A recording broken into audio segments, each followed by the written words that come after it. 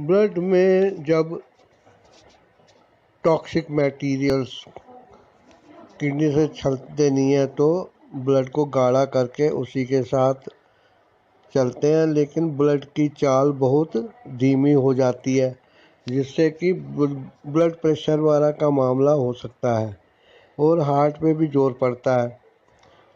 लेकिन अगर हम शरीर को इतना मौका दें कि वो खुद को साफ कर ले और पानी ज़्यादा पीने से हमारे ब्लड में जब पानी मिलेगा तो वो पानी अपने साथ पूरे ब्लड के जितना मटेरियल है उसको घोल के ब्लड को पतला कर लेगा और जिस टाइम वही ब्लड किडनी में जाके छनेगा तो सारे दूषित पदार्थ जो कि शरीर में बोझ बन के घूम रहे थे मूत्र के रास्ते शरीर से बाहर निकल जाएंगे। शरीर कभी भी विजातीय तत्वों को जो उसको नहीं चाहिए अपने अंदर समा के नहीं रखता है। वो अपने काम की चीज़ें जैसे कि चर्बी वाला इत्यादि ये चीज़ें ज़रूर संभाल के रखता है। हमारा शरीर जो है शरीर की शुद्धिकरण के लिए कुछ मार्गों का इस्तेमाल करता है, जैसे कि रेक्टम, जहाँ से लैट्रिन वाला जो शरीर का खाया पिया होता है वेस्ट मटेरियल वह निकलता है लैट्रिन बन के। उसके बाद सेकंड मैटर है किडनी से छन के पेशाब बनता है और पेशाब को आप अगर जांच कराएंगे तो आपको पता लगेगा कि उसमें कितनी चीज़ें मिली हुई हैं और वो सारे दूषित पदार्थ होते हैं जो शरीर को नहीं चाहिए या फिर शरीर किसी बीमारी की वजह से उनको हजम नहीं कर पा रहा, रोक नहीं पा रहा, तो वो भी निकलता है। और एक रास्ता है पसीने का। पसीना नमकीन वाला और बेस्वाद होता है क्योंकि उसके अंदर भी शरीर का वेस्ट निकलता है।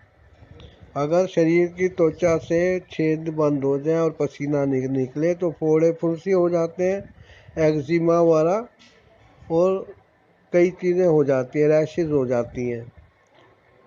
इसलिए शरीर का शुद्धिकरण बहुत ज़रूरी है। शरीर को हम 24 घंटे खाना हजम करने के काम में लगाए रखते हैं और वो जाके मेंटेनेंस नहीं कर पाता अपनी, यानी कि सेल्फ हीलिंग का सिस्टम जो है वो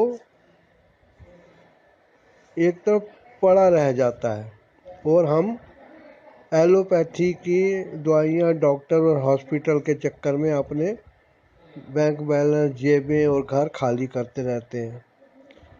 आप लग के एक बार उपवास कीजिए। अगर आप नवरात्रे के 9 दिन उपवास कर लें तो आपको शरीर बहुत हल्का महसूस होगा, आपके पेट में बहुत अच्छा असर होगा।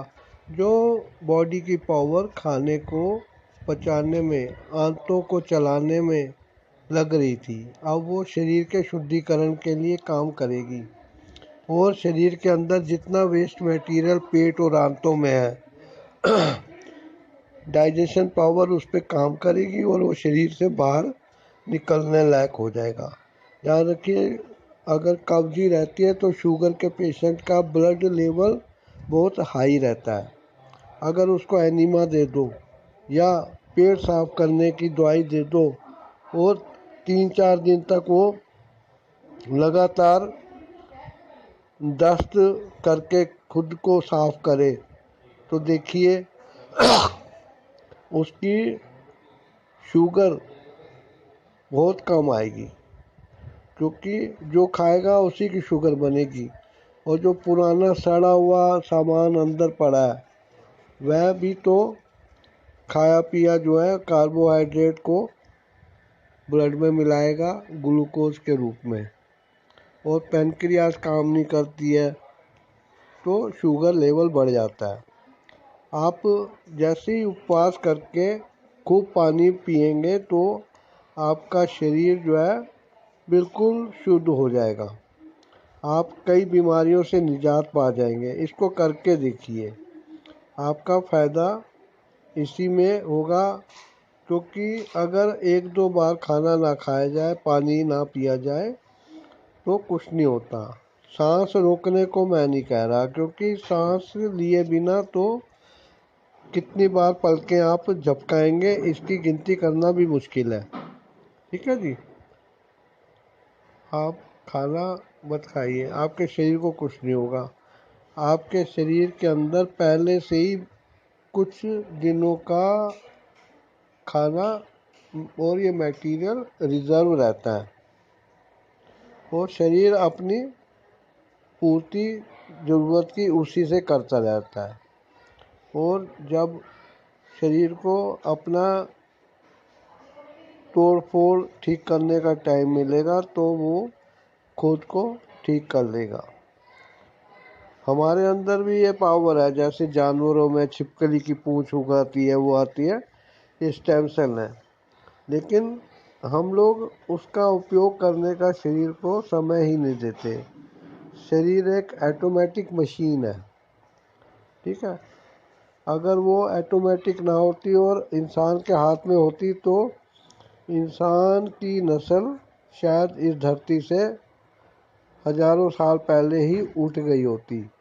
ये तो भगवान समझदार हैं, जिन्होंने कि इंसान की बुद्धि को एक लिमिट के अंदर ही बनाया, और उन्होंने देख लिया कि अगर शरीर की तोड़ फोड़ ठीक करने का, ये करने का मनुष्य के इच्छा पे मैंने छोड़ा तो ये कुछ ना कुछ अपना नुकसान कर लेगा। अगर घुटने, टांगे वाला, बाहें वाला पेच से जोड़े होते और ट्रेन में कोई आदमी सुस्त अपनी सुविधा के लिए थोड़ी देर के लिए अपनी बाहें या सिर या कान वाला कोई चीज़ पेच से खोल के अपना साथ की सीट पे रख देता या ऊपर की सीट पे, तो वो ट्रेन से उतर जाता अपनी उन कान वान और वो मटेरियल जो उसने खोले थे उनको सुने बिना। फिर उसके लिए फिर उसको ट्रांसप्लांट करने जाना पड़ता। इसलिए ये चीज़ें भगवान ने पेट से नहीं जोड़ी हैं, क्योंकि मनुष्य की आदत बहुत गंदी है। जानवरों के से भी गया गुजरा है। भूखे प्यासे गधे को, गाय को आप नीम की पत्तियाँ रख दे तो गाय उसको नहीं खाएगी, आग की पत्ते रखे नहीं खाएगी। गधा कितना भी प्यासा हो, पर शराब मिला पानी वो नहीं पिएगा। क्यों? क्योंकि वो गधा है, हम मनुष्य हैं। तो इसका मतलब क्या हुआ कि गधा ज़्यादा सयाना है। अब कुत्ते जो होते हैं इनका भोजन भी कई बार देख के देखो नहीं